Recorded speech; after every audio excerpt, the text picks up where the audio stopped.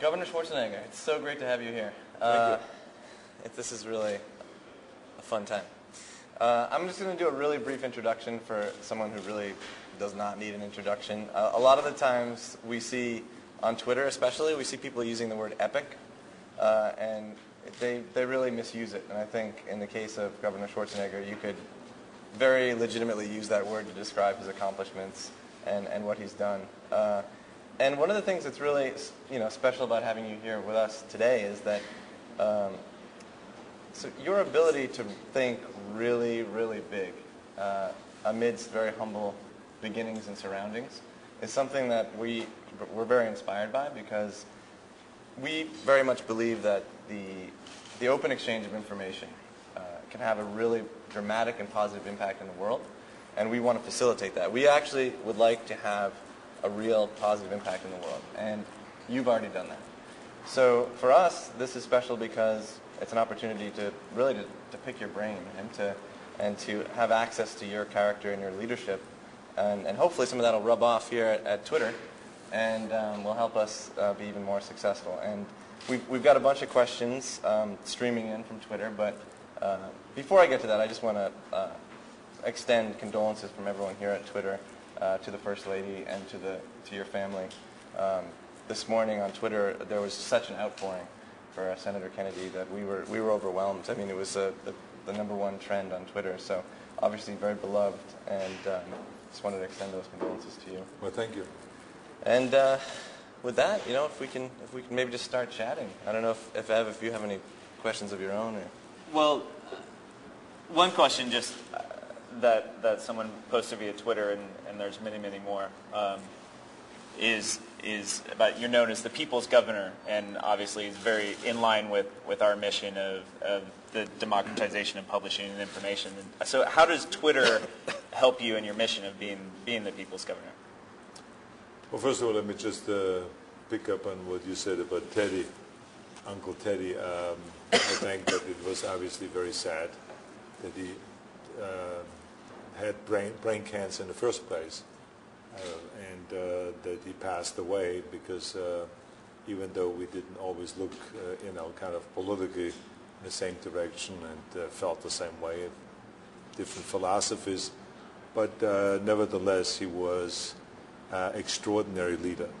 I mean, I don't think there's anyone that is going to come around that has that kind of power and intellectual capabilities and the vision and was daring as he was, and but even more so the impact not only that he had on policy and on the country, but what kind of a guy he was behind all that, which is as a family guy. That's the way I really got to know him very well, and so he was really amazing contribution to the whole family. He was kind of the rock of the family, and made a lot of the decisions and was always available no matter who it was. If it was the Shriver family, or if it was the Kennedy family, or if it was the John who passed away a few years ago, or Caroline. I mean, no matter what it was, he was always available, and for his children also. And he had also an extraordinary sense of humor. And I remember that also that he had this kind of quality of always wanting to help. No matter what problem that you had, he will make sure that you could help. And I remember that when I decided in 2003 to run, now you would assume that since I'm running as a Republican, a governor from California, I mean, what does he care about California? He's from Massachusetts. And I'm a Republican, so what does that mean to him? But I called him, and he said, why don't you come to Hannisport, and let's talk for a few hours. And I flew to Hannisport, and we were sitting there for hours talking about politics and about campaigning. And I remember one of the things that always stuck in my mind throughout the whole campaign was when he says, just don't ever go into details, because you can never give the press enough details. He says, I will be sitting there sometimes as an expert in healthcare reform, and I will be talking for hours about policy and details, and I walk out of the chamber, and the press comes up to me and says, when do we ever hear the details, the specifics? about what you're talking about. And he says, that's what I did for the last week. So he says, you never can give them enough. So he says, forget that. Whenever they ask you about details, just don't take it personal. Just always stay 30,000 feet above and just, talk about the overall vision of California. And I use that because sure enough, as soon as I got into the first press conference, they said, but the governor, Arnold, that time they said Arnold. They said, Arnold, when do we finally hear the details of your plan? And I said, well, there will be no details. I said, but what I want to do is move California forward and go and reform workers' comp and balance the budget, not spend more money than we take in, and reform education and on and on and on. And, that's the way we always approached it. And it was perfectly fine. So it was really one of this great advice that I've gotten from Teddy. And there was many other things that we talked about that was very helpful in the past, in this last, almost 6 years in politics. Did he inspire you to run in the first place, or is that something you always aspired to do?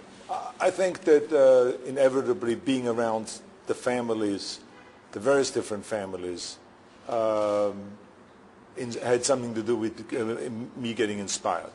But also I think that my mother-in-law, Eunice Kennedy Shriver, who just passed away 2 weeks ago, interestingly enough, just about the same time, which was early in the morning, like at she passed away at 1:50. I just walked into the room just coming from Sacramento, and she drew her last breath. And it was really amazing with all the kids there and the grandchildren there and everybody there. She was a real force. As a matter of fact, people always said, and I think even Joe Kennedy said, the father, that if she would have been a man, that she would have become president. She would have been the first one to become president in the family. Because she has very, very good instincts. And she was extremely smart, very aggressive, and had great vision. Always when people said to her, it can't be done, she would force it through, and so just with pure will.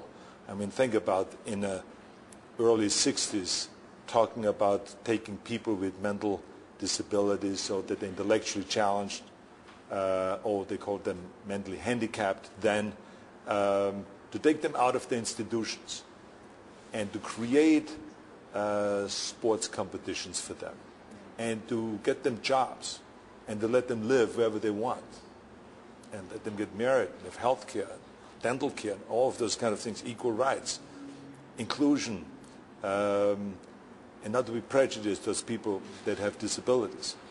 And the experts, the doctors, the professors that studied this subject said this is the biggest mistake you could make. Unions don't do it because if you do sports with them, they will be hurting themselves, they will be hurting each other, they will be drowning in the swimming pools. It will be disastrous. It would do exactly the opposite of what you want to accomplish. And she would not take the no for an answer. And she would continue on, and look what happened. Now they have equal opportunities, equal rights. They have health care. They can participate in sports, people with intellectual disabilities, and they're challenged. I was in China at the biggest international Special Olympics competition in Shanghai with 80,000 people at the opening ceremony at the stadium, one of the huge stadiums there. I mean, it's really, and Special Olympics is now in 180 countries.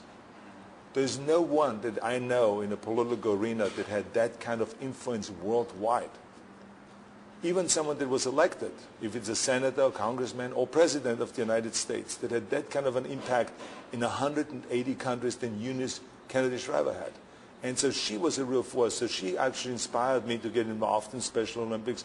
But also she always said, just always ask yourself, besides what you do for yourself, building the body, doing your career, making money, making millions of dollars, what do you do for others is really always the question.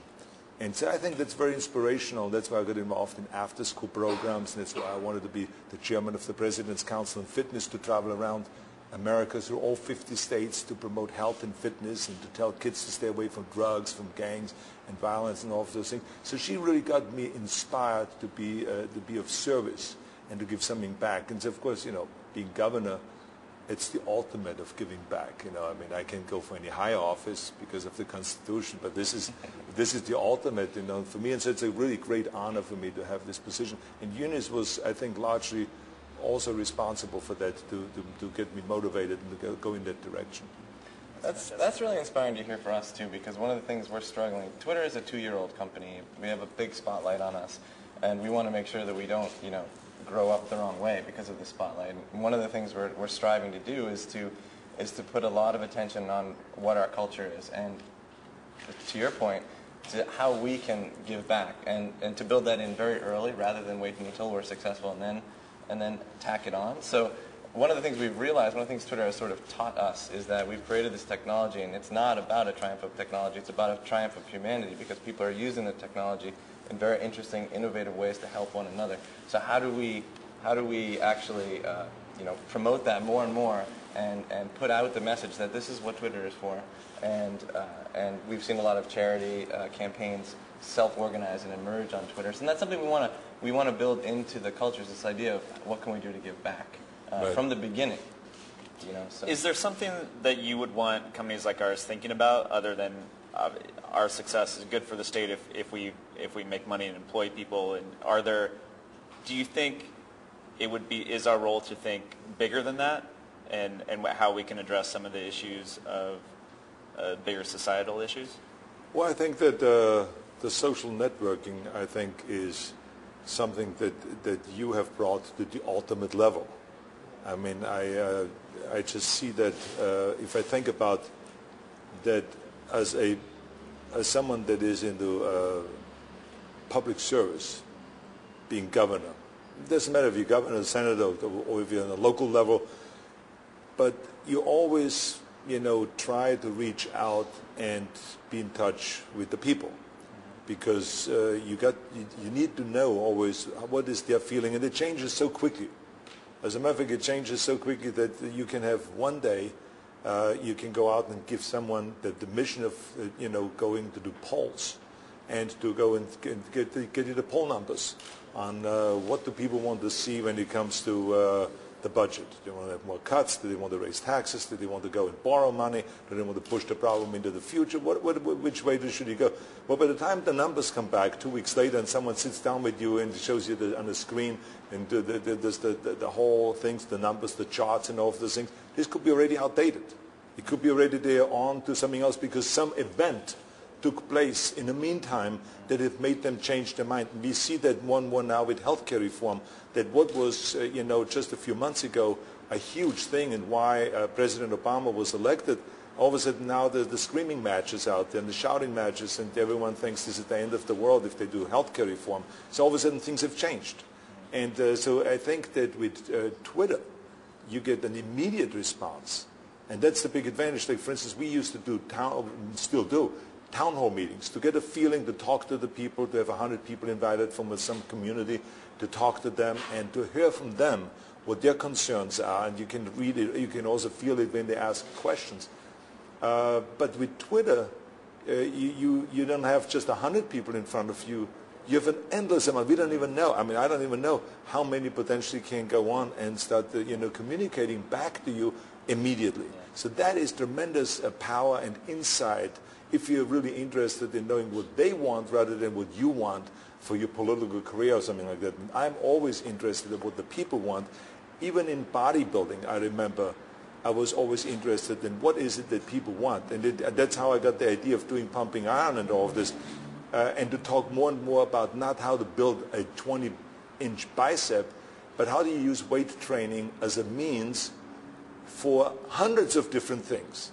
How can weight training be used for an 80-year-old person to keep their muscle strength so they can get up from a toilet without help or someone helping them? How can they strengthen their body to do that? How can you use it for rehabilitation after athletic injuries, after orthopedic surgery? How can the military use it to be more efficient and become better warriors?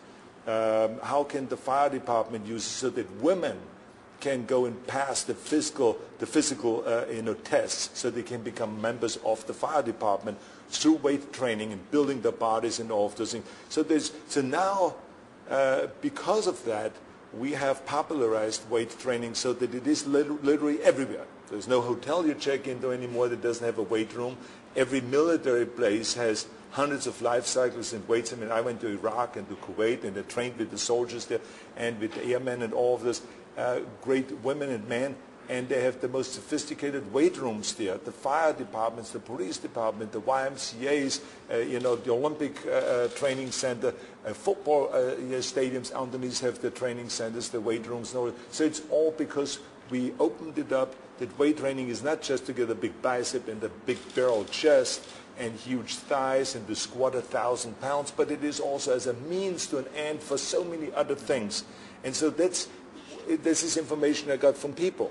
They wanted to know more and gave me those ideas. And now with Twitter, it's the ultimate, because even when we just had a simple idea of doing a garage sale and getting rid of some of California's things that are lying around, cars, bicycles,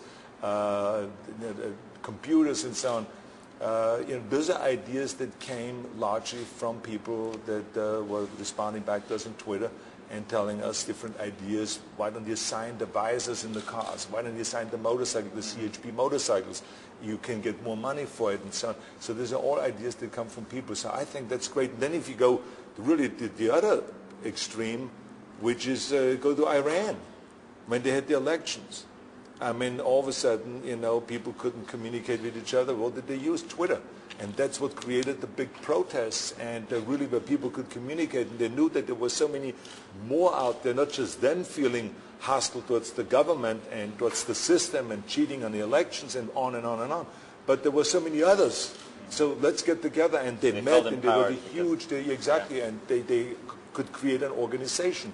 I mean, I'm sure when you sat down and created this, you did not think about the Irani to create a revolution over there or something like that. Slow down on the list. But that is the interesting thing. When you create something, you start out with one idea, and a brilliant idea. I mean, I just tell you, brilliant what you came up with. It is staggering.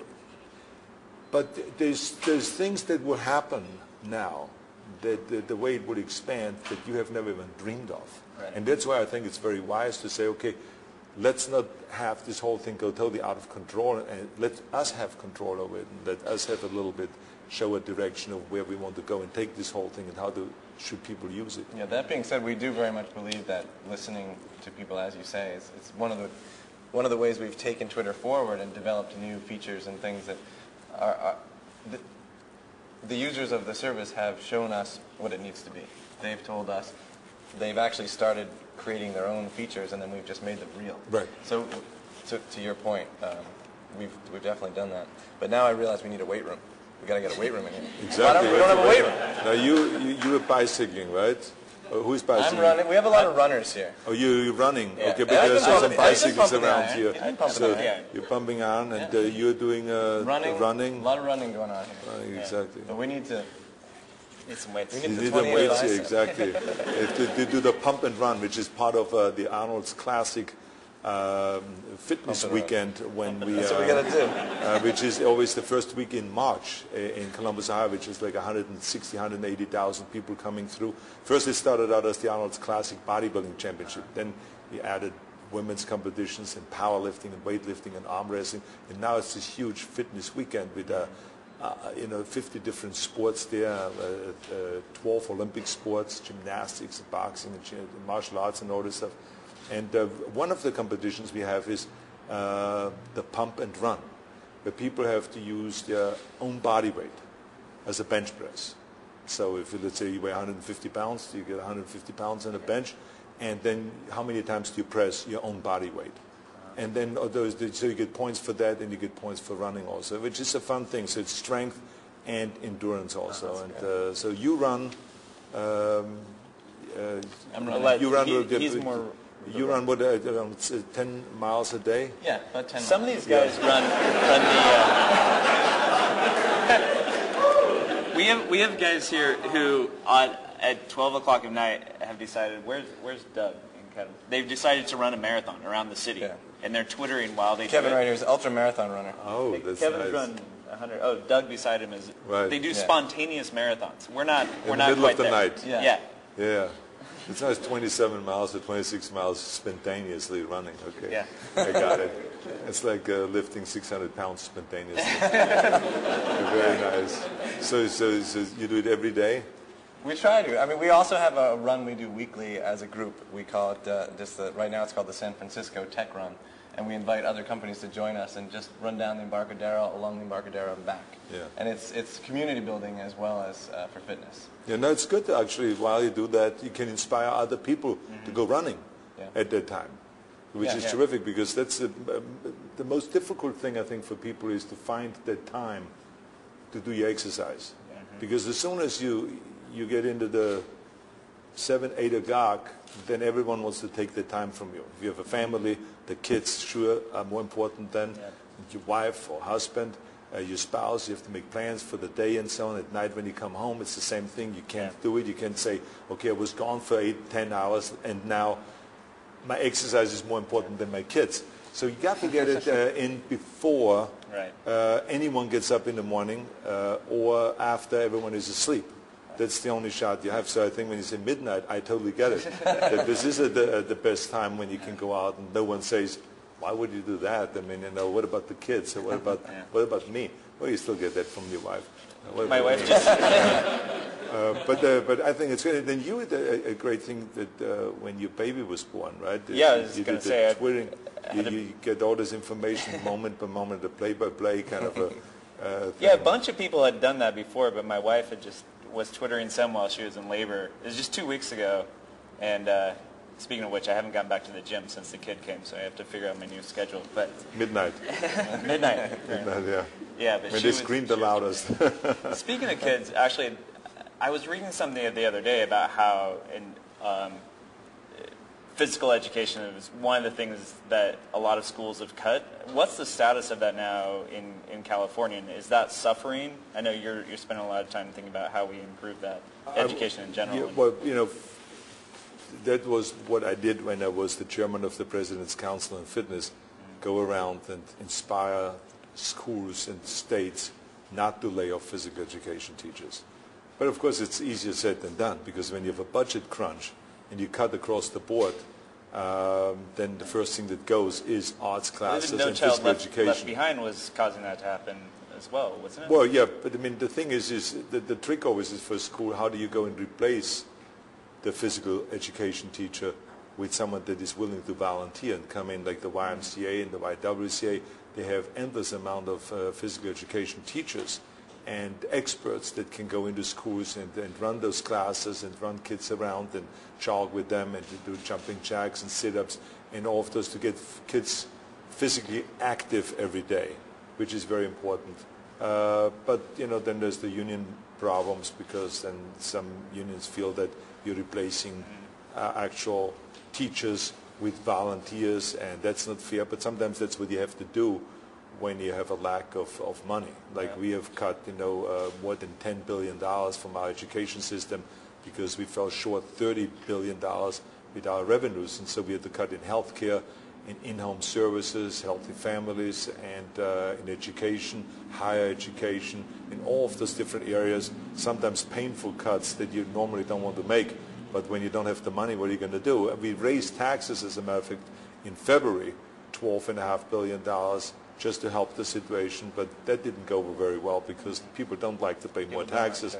But there's an interesting thing about poll numbers, because when you do polls, it was very clear that 67% of the people said that they want to see the budget solved doing a combination of things, which is to increase taxes and to make also severe cuts. And then when we did that, it did not go over very well, because by the time we actually then did it, people have changed their minds.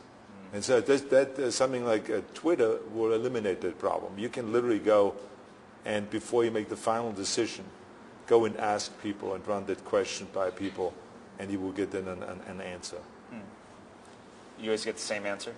same people, from everybody? No, it's different. It changes, like I said. It changes all the time, because what is important to people 3 months ago, what was important then, is not important right now. You know, it used to be that healthcare reform was the most important thing. Now people say, no, I don't want to have reforming my healthcare. I'm happy. 90% of people are happy with their healthcare that they're receiving. It's just the 10% that are left out, maybe unhappy.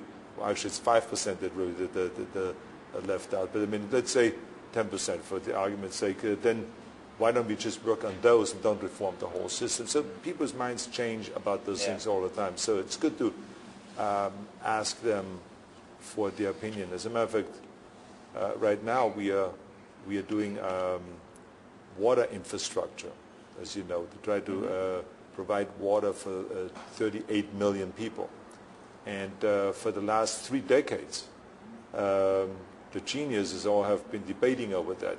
Universities and think tanks about what is the best way of providing more water.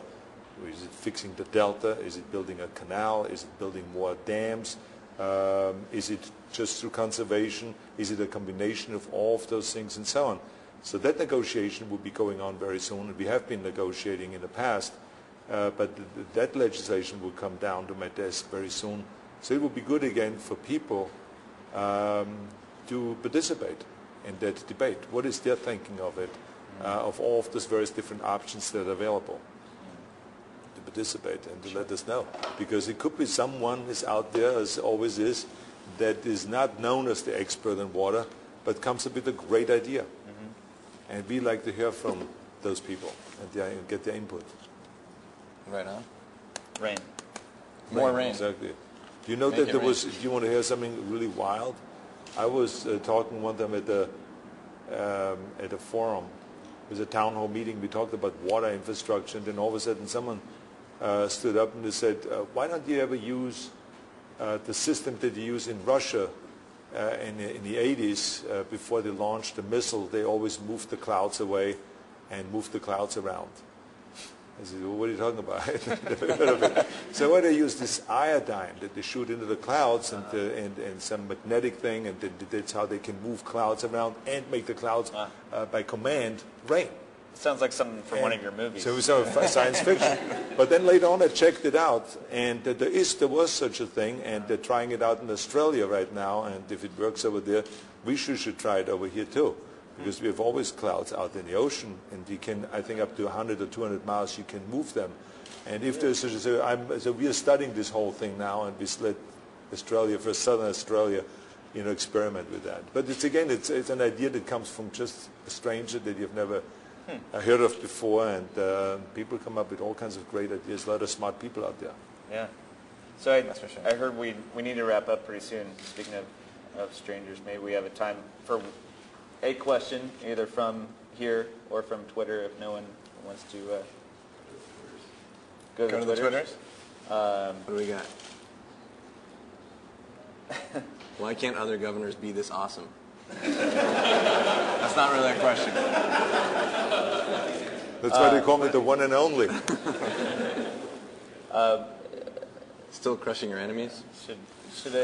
There's a question, can California legalize gambling to help with the state's budget deficit? Why or why not? What we do, we have legalized gambling in the Indian, the Indians have the reservations where there's gaming going on, and revenues are down right now, as far as I know, in this area. But we do collect money, up to 25% of the take when they do gaming. And when I came into office, it was one of the big, I think, reasons why I was elected, because I confronted the Indian gaming problem that we had in California, where they didn't really participate and made contributions to the state, even though we had a financial crisis in 2003. And so I said, why are we having Indian gaming and they get the sweetheart deal? Just because they made contributions to the governor and to the lieutenant governor and all this, we shouldn't be for a take for that, and do kind of like campaign contribution and favor goes out. So there was huge confrontation. Indians spent a lot of money against me in a campaign, but we won, of course. And since then, they have come to the table and have been fair and made the contributions and we made the compacts, brought the compacts, the 1999 compacts up to date, and so the more slot machines you have, the higher percentage you pay, and so on. And we have people out there checking if they're staying with the rules and if there's any cheating going on and so on.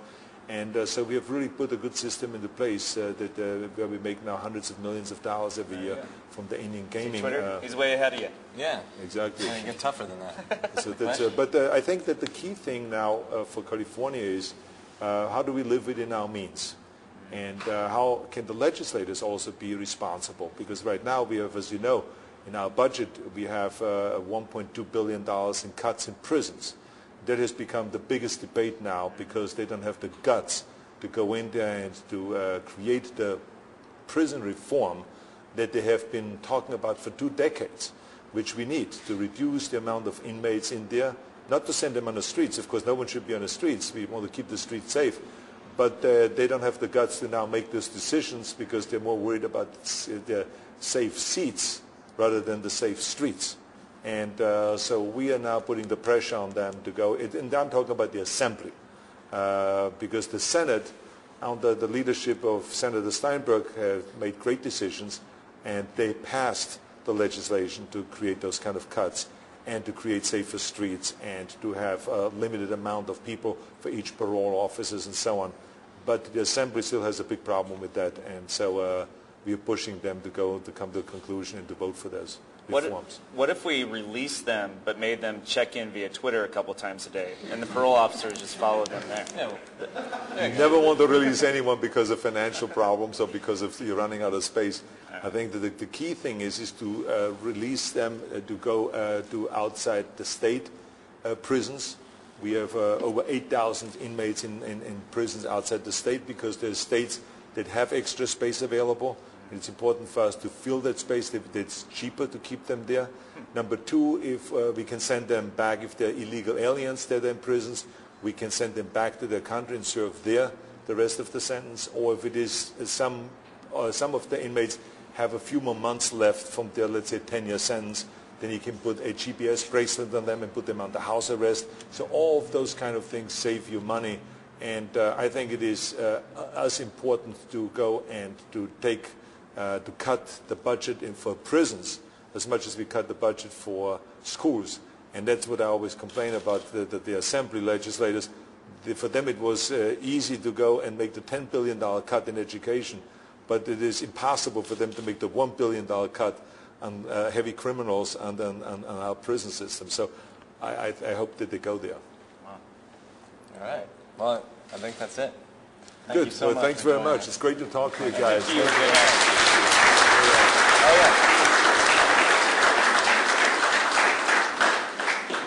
This is one of the items that will be auctioned off so that the state makes some extra money.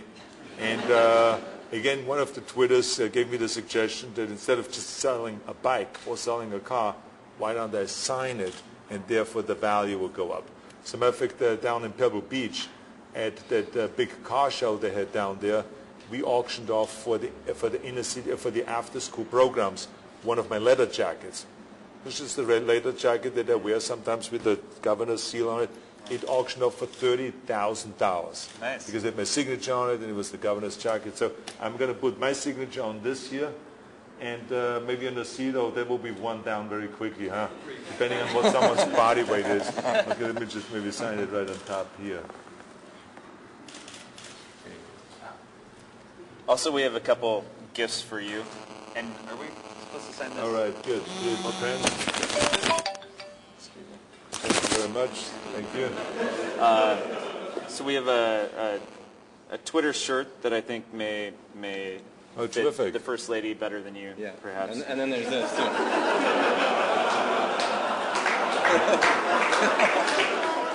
But I have to say, nice quality. Yeah. It feels almost like cashmere. Made in California. Yeah, I bet. Beautiful. Well, thank you very much. And what is this? A Japanese style no. fan. There you go. Okay. Well, it's hot enough here to fan off a little bit.